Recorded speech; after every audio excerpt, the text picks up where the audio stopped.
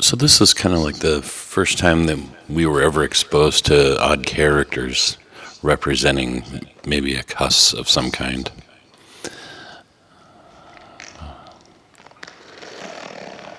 Crack this open with the handy old Craftsman screwdriver.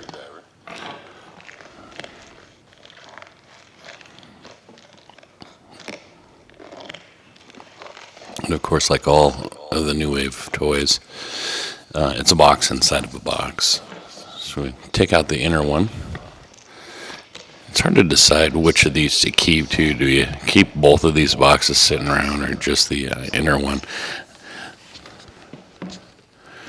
And of course, it's like one of those Russian doll things that nest inside of another box. And this one's sealed in cellophane. Gingerly slice it open.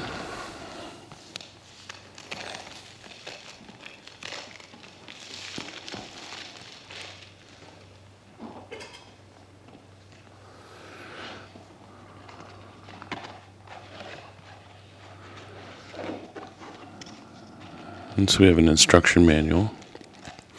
Inside the packet, there's a little packet of miniature replica coins.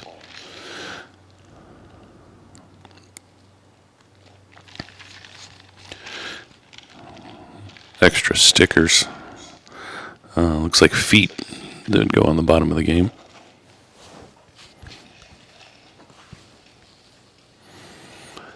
Protective foam. There's a charging cable.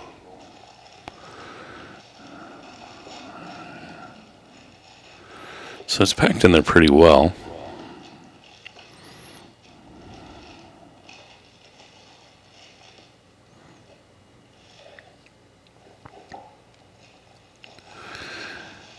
Unleash some COVID air from China.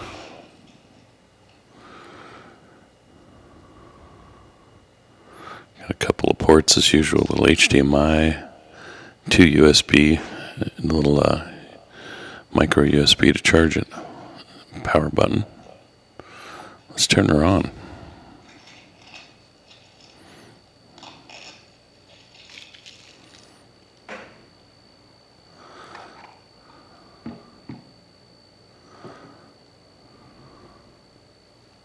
A little bit of a delay, but it comes up. Looks like it's got some charge on it too.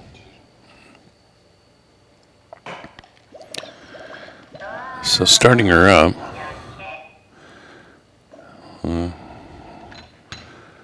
it doesn't want to play.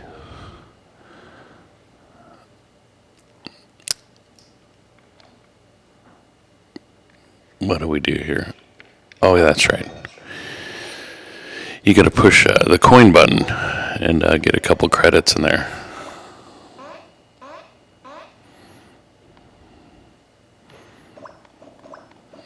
And so you just jump on the boxes, change colors. And later levels, you have to jump on them twice or 3 times. And I think even if you jump on it, it changes them back. So you have to really be good on the later levels.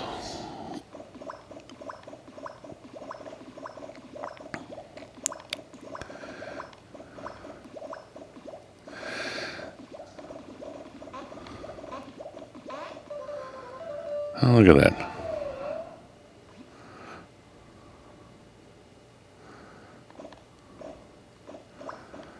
Hard part is keeping the angle straight. So you move the joystick low right, up right, low left, up left, stuff like that. And that's how you move. So if you move it straight up, it doesn't do anything. And that's hard to keep straight in my head.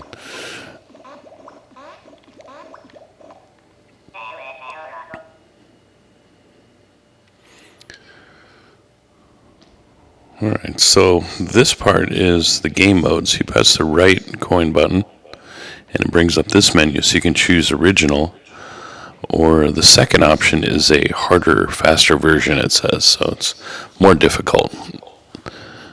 So I'm assuming the non-Dan or Warren Davis edition doesn't have that.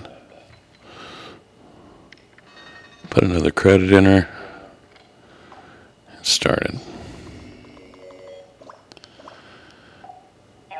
So the outside of the case, you got a little sticker on the bottom, Gottlieb.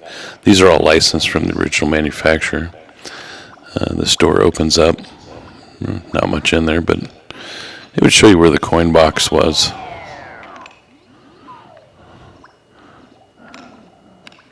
Very nicely done, LED backlit, replica lock on the back. There's your volume, power switch, HDMI of course, and charging port. Outside of the case there's a sticker, and there's some, looks like marks.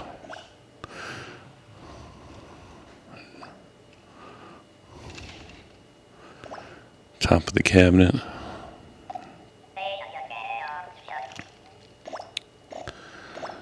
Little caution sticker that would have been on the original, because there's a lot of high voltage stuff and things that would shock you.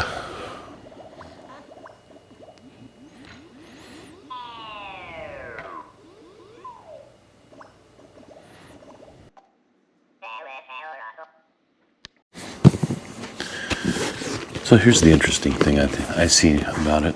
I thought looking at it there was issues with the finish on it. So I mean, looking at this right here, looks like it's all boogered up right there and there. And then you can see this.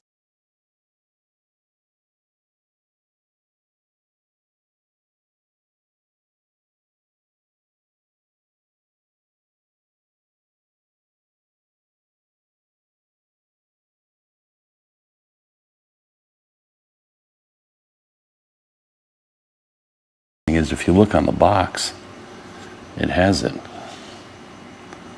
on both. The sticker is kind of put in the exact same spot. You can feel this. This was stuck on, and there's actually that other extra one that was in the box with it.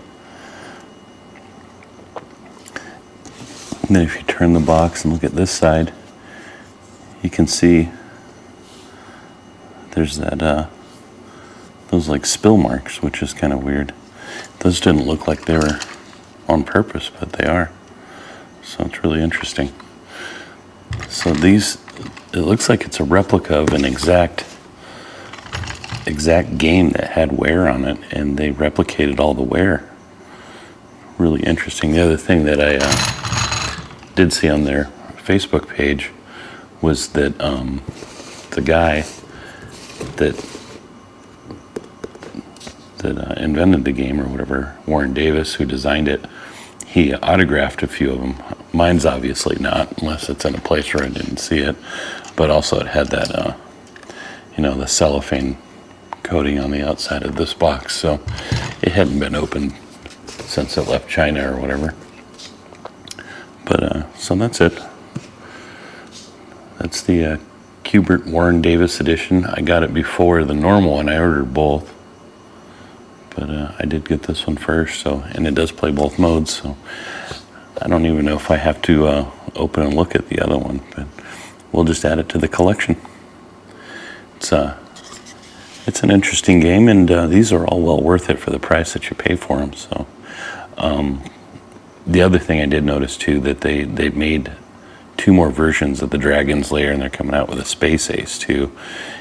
It's kind of a bummer that they changed it to where they're going to add a screen that sits on top of it that replicates the viewing screen, just like they had back in the arcades in the old days. But the sucky part is that the people that bought the first edition, they produced X amount of those, and they're making like 2 more versions of it with different colors. It's essentially the same thing though, so it kind of waters it down. It's almost like what Flair did with some of their insert basketball cards back in like 1992 and stuff. But they're still cool games and really good quality for the price that you pay for them. But it'd be nice if they made them unique and didn't reproduce, even if it's other versions. But it'd be nice if it was an investment or a collection, that they don't just keep making more and more, whether it's another version or not. So I don't know how many they make total of each one, but it does have a factor in it and what they go for on the aftermarket. So I mainly buy them just to have a collection of them because I like them, and I actually have a full-size pinball machine too. That thing's pretty cool too. So I'd like to have arcade machines, but coin ops and video games like this, if I had a full-size one, I would get kind of tired of it and not play it as often, and it really just take up space. So you could end up filling up an entire room full of these things and barely ever play it. So you end up trading them or swapping out with different ones till you get tired of